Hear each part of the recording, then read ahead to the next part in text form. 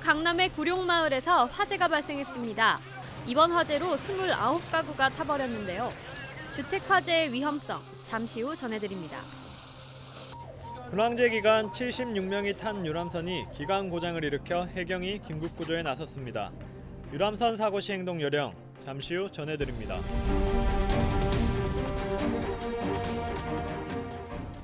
네, 여러분 안녕하세요.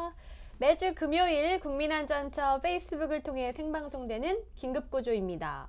여러분, 뭐가 달라지지 않았습니까? 네, 여기 보시죠. 네, 스튜디오가 바뀌었습니다. 그리고 저희 옷도 이렇게 정복을 입다가 기동복을 입었는데, 기동복이라고 부르죠, 혜경도? 아니요, 저희는 근무복이라고 불러요. 아, 근무복이요? 네, 근무할 때 입는 옷이거든요, 아, 이것이. 그렇구나. 네. 저희는 기동복을 갈아입었습니다. 화사하게 시작해 보겠습니다. 벌써 긴급구조 프로그램이 여러분께 처음 인사드린 지 2달이 지났는데요. 이렇게 또 새로운 스튜디오에서 새로운 복장으로 방송을 하게 되었습니다. 그래서 그런지 처음 시작할 때 설레임과 긴장감이 느껴지는 것 같네요. 종희 씨는 어떠세요? 네. 금정 씨는 소방관이기도 하면서 그동안 다른 방송 프로그램을 진행한 경험이 있으시잖아요. 저는 긴급구조라는 프로그램을 통해 처음으로 방송을 진행하는 거라 항상 긴장되고 떨리는 마음이 큰 것 같습니다. 잘하시는데요. 아니에요. 네, 옆에서 지켜봤을 땐 그렇게 긴장하시지 않은 것 같은데, 아무튼 앞으로도 우리 안전을 위해 여러분께 좋은 정보 드릴 수 있도록 최선을 다하겠습니다. 이제 오늘의 사건 이야기로 들어가 봐야겠죠. 오늘 첫 번째 사고, 지난 3월 29일 서울 강남의 구룡마을에서 발생한 화재 소식입니다. 먼저 영상으로 만나보시죠. 지난 3월 29일 오전 9시쯤 서울 구룡마을에 화재가 발생했습니다. 순식간에 불길이 치솟으면서 검은 연기가 하늘을 뒤덮었는데요. 소방헬기까지 동원됐지만 불길은 쉽사리 잡히지 않았습니다. 약 1시간 40분이 지나서야 큰 불길은 잡혔지만 가정용 보일러와 난방기구 등으로 인해 완전 진압까지는 상당한 시간이 걸렸습니다. 다행히 이번 불로 인명피해는 크지 않았지만 총 29가구가 삶의 터전을 잃어버렸습니다. 구룡마을 화재, 참 안타까운 소식인데요. 제 기억에는 이번 화재가 처음이 아닌 것 같은데요? 네, 맞습니다. 지난 1999년 3차례나 화재가 발생해서 당시 수백 명의 이재민이 발생했고요. 지난 2012년과 2014년에도 화재로 인해 주민 1명이 목숨을 잃기도 했습니다. 반복되는 화재의 안타까움이 정말 큰데요. 그렇다면 이번에 발생한 화재, 당시 현장에 출동하셨던 강남소방서 지휘팀장 조규관 소방경님을 연결해 자세히 들어보도록 하겠습니다. 조규관 소방경님, 안녕하세요. 네, 안녕하세요. 네. 네, 화재 당시 현장 지휘했던 지휘팀장 조규관입니다. 네, 반갑습니다. 이미 언론에서는 화재의 원인이 보도가 된 것 같은데요. 이번 화재 정확한 원인이 밝혀졌나요? 거주자의 부주의로 추정되고 있고요. 거주자가 낚시용 휴대용 부탄가스 버너를 조작하다가 실수로 누설된 부탄가스에 착화발효된 것으로 추정되고 있습니다. 그렇군요. 네. 당시 영상을 보니 불길도 무척 거세 보이고 소방 헬기까지 동원됐더라고요. 그만큼 네네. 진압이 쉽지 않았던 것 같은데 당시의 상황 설명 좀 부탁드릴게요.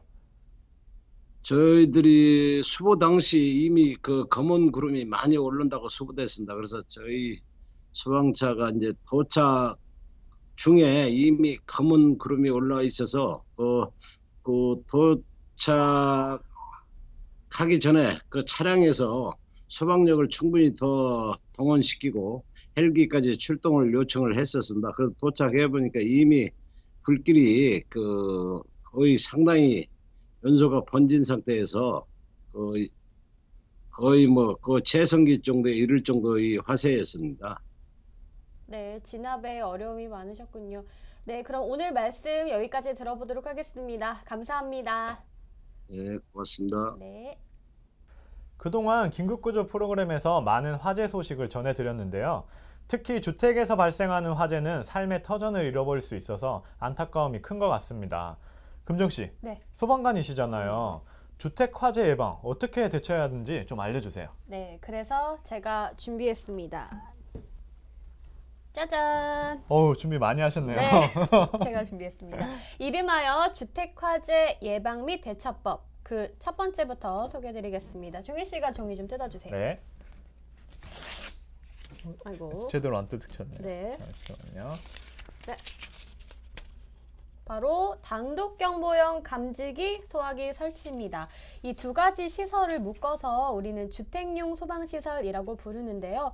이 주택화재는 다른 화재에 비해서 발생 빈도가 아주 많은 편은 아니지만 사망자 비율이 높기 때문에 우리가 평소에 철저한 대비가 필요가 합니다. 지금 제가 들고 나온 게 바로 단독경보형 감지기입니다. 아, 네, 많이 본 것 같아요. 네, 화재로 인해서 연기가 발생하게 되면 소음 조심하세요. 네? 오우, 소리가 엄청 큰데요? 네, 이렇게 화재 사실을 알려주기 때문에 신속히 대피할 수 있습니다. 그리고 또 종희 씨, 네. 네, 이게 바로 소화기인데요. 지금 이 소화기와 단독 경보용 감지기를 꼭 주택에 비치를 해두셔야 화재 발생 초기에 진화를 할 수 있습니다. 네. 네, 그 다음 두 번째 종이도 뜯어주시죠. 네. 오래된 전기 배선식, 문어발식 콘센트, NO라고 적혀 있네요. 네, 주택에서 발생하는 대부분의 화재가 전기적인 요인이 크거든요. 그래서 오래된 전기 배선이 있다면 전선 상태를 확인해야 되고요.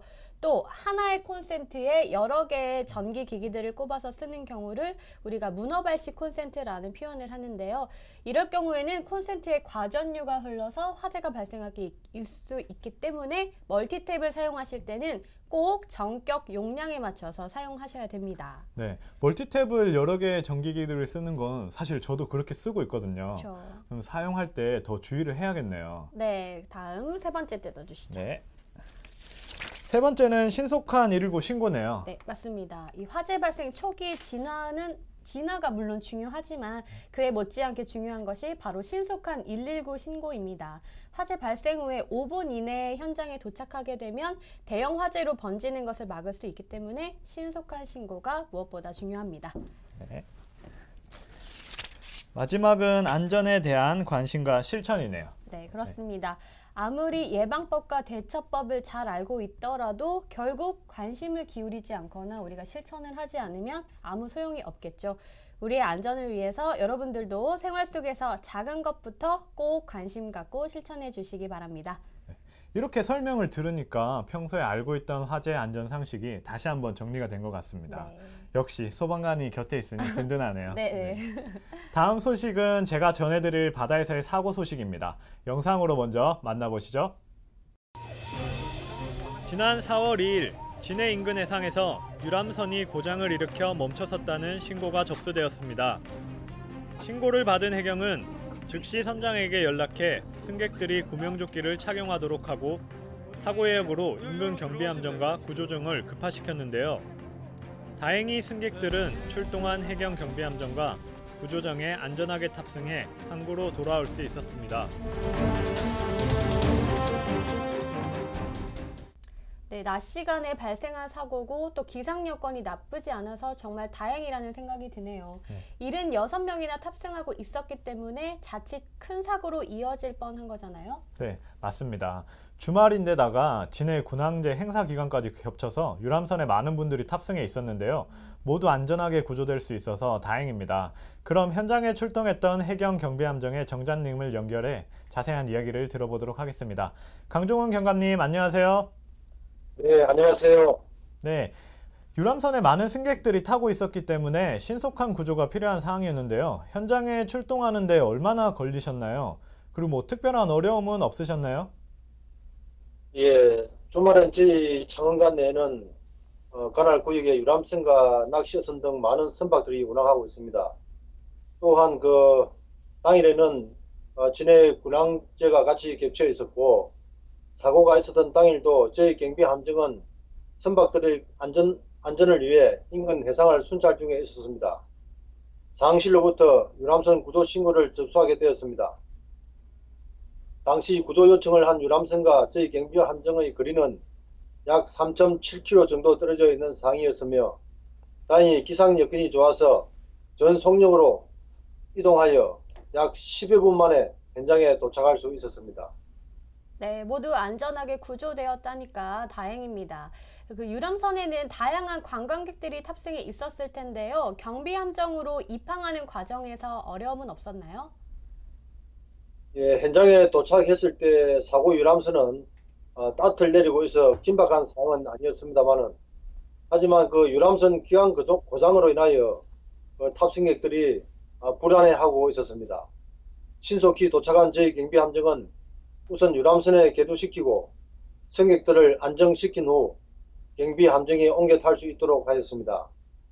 또한 유람선 탑승자들이 대부분 관광객들로 나이가 드신 분들이 많았기 때문에 전 직원이 질서를 유지하면서 한 분 한 분 안전하게 경비 함정에 편성시켰습니다. 또한 저희 경비 함정은 정원 10명이 근무하고 있기 때문에 50톤급 경비 함정으로 승객들이 여유롭게 탑승할 공간이 없었기 때문에 직원들의 침실과 조타실 일부까지 활용해서 승객들이 안전하게 육지로 돌아갈 수 있도록 조치를 하였습니다. 네.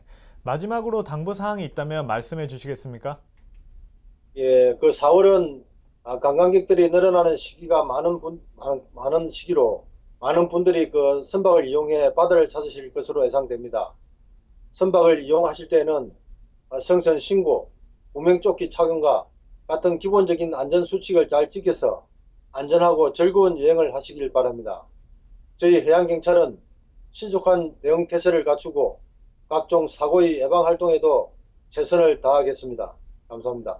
네, 정장님 오늘 말씀 고맙습니다. 네, 고맙습니다. 감사합니다. 네, 세월호라는 큰 사고를 겪었기 때문에 바다에서 이런 일이 생기면 굉장히 불안할 것 같아요. 이 유람선 사고의 예방과 대처법에 대해서 이번에는 종희 씨가 설명을 부탁드립니다. 네, 그럼 제가 하나하나씩 설명해 드릴게요. 이번에는 금정 씨가 종이를 좀 떼어주세요. 네. 자, 첫 번째. 네, 첫 번째는 유람선 탑승 전 반드시 신분증을 지참하셔야 된다는 겁니다. 배에 몇 명이 탔는지, 누가 탔는지 등을 확인하기 위해서 필요한 것이 바로 신원 확인입니다. 신분증을 지참하시고 승선 신고서를 작성하셔야 하니까 유람선에 탑승이 하기 전에는 꼭 잊지 말고 챙겨주세요. 네, 다음 두 두 번째 번째. 대처법은 구명조끼 위치 및 착용법 숙지이네요. 네, 보통 배에 탑승하시면 갑판 등에서 기념 촬영을 하기에 바쁘시잖아요. 가장 먼저 해야 할 것은 구명조끼가 어디에 있는지 확인하고 또 정확한 착용법을 미리 알아두는 것입니다. 만약 구명조끼를 몸에 밀착해서 제대로 착용하지 않으면 비상 상황에서 벗겨지거나 빠질 수 있기 때문에 올바른 착용법을 꼭 알아두셔야겠죠. 네, 그렇군요. 네. 자, 다음 세 번째입니다. 비상 대피로 파. 네. 우리가 보통 극장에서 영화를 보기 전 비상 대피로 안내가 나오잖아요. 배에서도 비상 대피로가 있습니다. 네. 만약 배에 물이 새거나 긴박한 상황이 생긴 경우라면 빨리 비상 대피로로 이동해 선박에서 탈출하거나 안전하게 구조를 기다려야겠죠. 네, 그러면 네. 마지막이요. 사고 발생 시 119 신고입니다.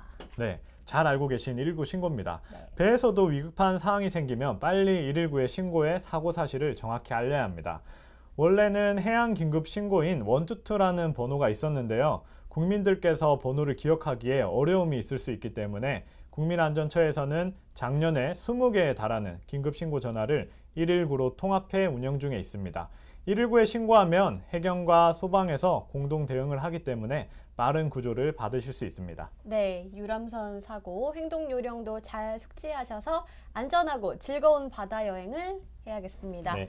네, 자, 어느덧 긴급구조 마칠 시간입니다. 4월의 첫 불금의 생방송으로 전해드린 긴급구조, 여러분들 도움이 좀 되셨을지 모르겠습니다. 네, 저희 긴급구조 프로그램에서는 매주 전국의 소방, 해경에서 인명을 구조한 각종 사건을 모아 엄선하고 페이스북 생방송으로 전해드리고 있습니다. 우리 모두의 안전을 위해 여러분들도 꼭 댓글로 참여도 해주시고 주변 분들께 공유도 부탁드릴게요. 네, 그 밖에 직접 촬영하신 사건, 사고 영상이나 긴급구조에 대한 의견이 있으시다면요. 언제든지 국민안전처 페이스북이나 안전한TV 게시판을 통해 남겨주시기 바랍니다.